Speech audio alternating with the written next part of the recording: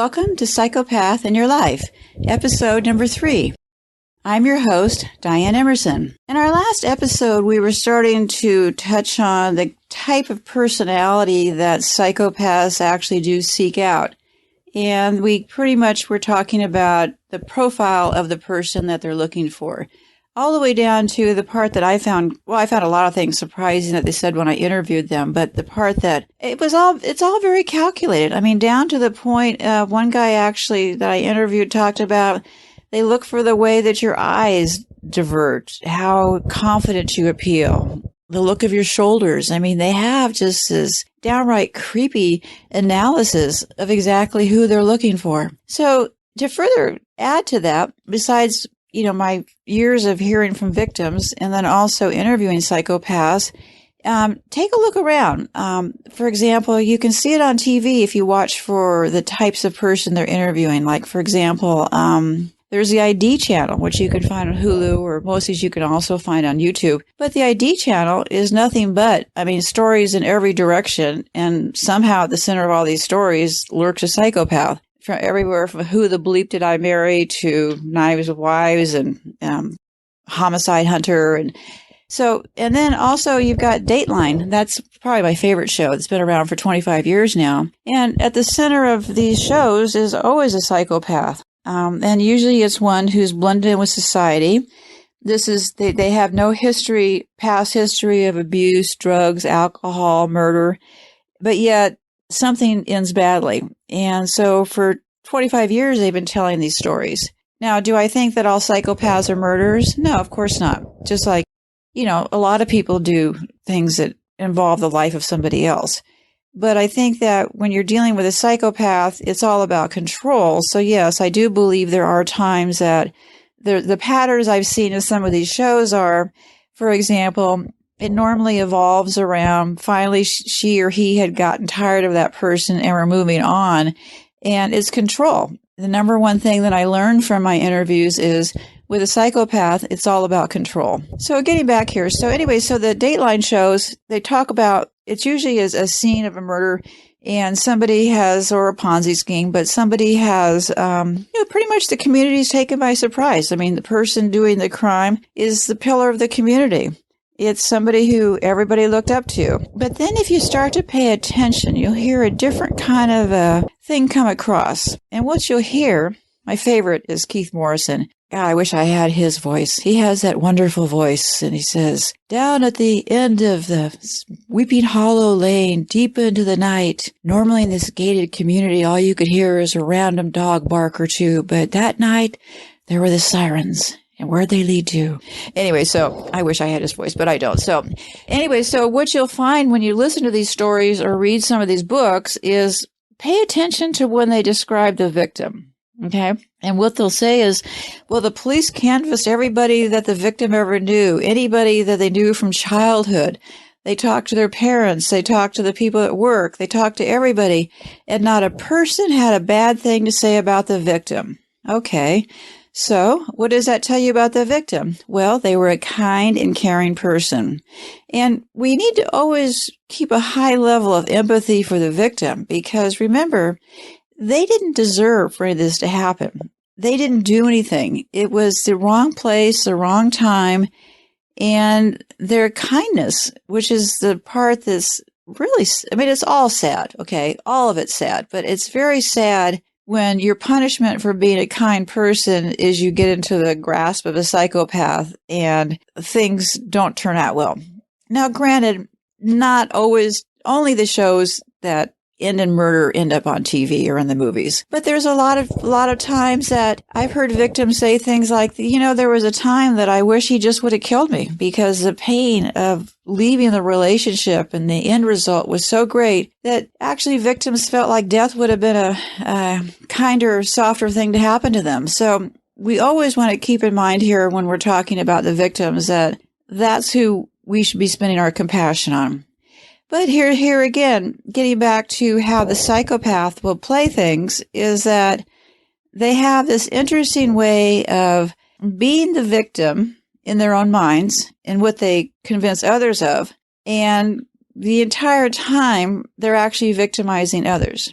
For example, they have an interesting way of taking a kind and caring person and flipping things on its edge.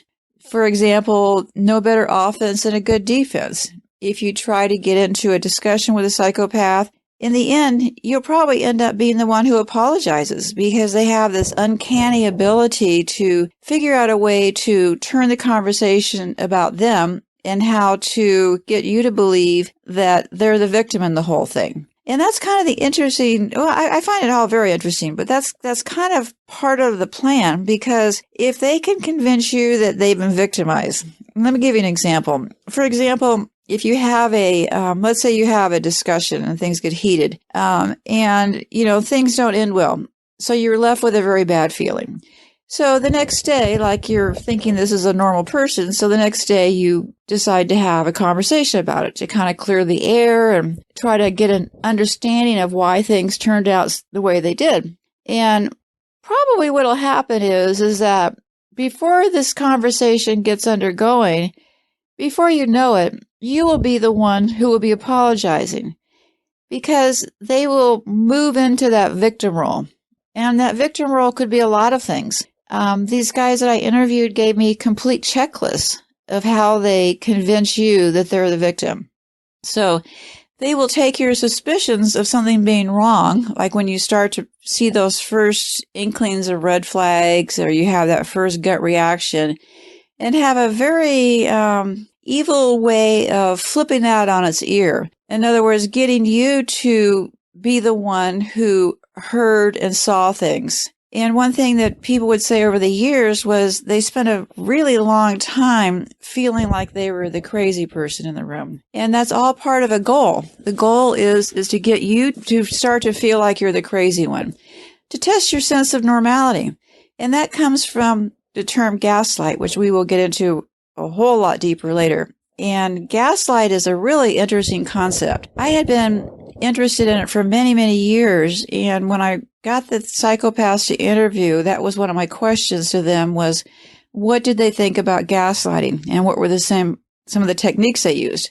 So let me back up here for 1 second. Gaslight, the term, comes from an old movie starring Ingrid Bergman and the great Charles Boyer. I think it was like 1945. And the name of the movie was called Gaslight. And that was where the term originated. And the whole concept between gaslighting is to alter your reality to fit with what they want it to be. In the case of Ingrid Bergman, it was gaslighting because he would flicker the lights and then convince her that it really wasn't happening that way. So they do it. It's too long to get into right this second, but gaslighting is one of their favorite tools. So how they'll use gaslighting and turn into the victim is you'll start to ask them about the conversation that went awry the night before, the day before. And before you know it, they'll be telling you some story. And they had this list of things, and they were just incredible. And one of the things that I heard the most from victims over the years, and I really had wondered about it, and it was, they'll tell you just outrageous things. They will say things like, well, you don't understand me. I had to react that way because I was abused as a child and you just don't get it and blah, blah, blah. Well, you're a kind and caring person. What are you going to do at that point? Call them a liar? So see how they can take the victim card. They're victimizing you, but they can take the victim card, and before you know it, you're seeing them as the victim. You're apologizing to them. Okay. Step one, now they've put the first notch in the deal. Now they've pushed you to a certain level because they know that they need to test you along the way to see how far they can push you. Just like the example of the guy I used in episode number 1, where he was kind of a lower level psychopath and how he would abuse his victims right out of the gate. Either they'd stay around or he'd have a victim forever. But your more sophisticated ones will be doing this gaslighting testing along the way. And that all boils around to being a kind and caring person. They're testing to what level they can push your kind and caringness. So we will get into that in great detail because there's a lot of tricks that they use. And it seems, when I'm talking about it, it could seem like if you haven't been involved with one or had one in your life, you could think, that doesn't seem that complicated. I could see a person like that from a million miles away. Yeah, that's easy to think. It's really easy to think, but it's subtle.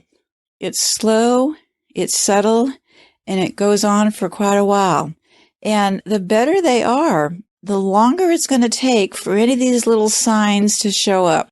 And what you'll see in some of these shows, bringing it back to these shows, is you'll hear the victim or the victim's family say, he really changed in the last 6 months.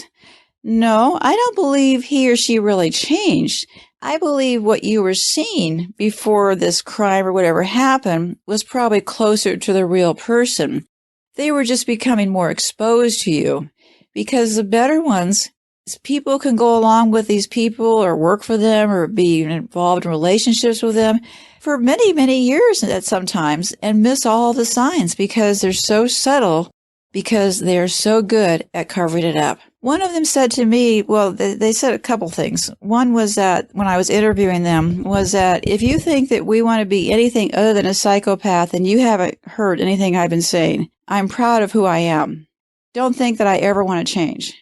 But then yet, that old victim card comes out because at one point, one of them said to me, you don't know how hard it was for me to learn because you came out of the chute when you were born and you knew how all these things worked.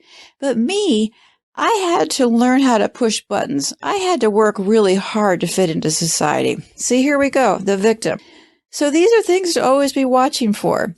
Is the person you're involved with, does there seem to be a lot of things that seem to be positions that ended up for them, that put them in the position of being the victim? Is everything, things don't quite always seem to be their fault. And the interesting phenomena is that's how you perceive it, because that's how they want you to see it, because they're playing the victim while they're victimizing you, which is the part that really gets fascinating in discussing some of their traits and some of the tricks of the trade that they use to convince you of these things. So anyway, we will get back onto this in our next session, and I will be looking forward to, I do read all of my emails. If you have any questions, if you have any comments, I've gotten a few in already, so the next episode we'll have a question or two that I'll be able to read on the air. I don't make a mailing list out of people's names. I've given you 2 options to get in touch with me. One is that you can go to the website, which is psychopathinyourlife.com, same name as the podcast, and you can either email me there at Dianne, Dianne, at Dianne Emerson, DianneEmerson.com. Or there's a box there that you can just fill in your question or your comment and leave out your email address. I'm not building any email lists. I value your privacy. I don't know what position you're in. I don't know how much access you have to email or what your situation is. I would love to be able to address your comments and questions on the air. I probably can't answer very many of them, but if you have an urgent question you need answered, you need to make sure and say in that email, okay to answer me via email, because otherwise I will assume that you don't want me to answer you, and I'm not trying to capture your name, so that's not my thing. So your privacy is the very most important thing on my mind. So with that said, be safe out there. I will look forward to seeing you next week.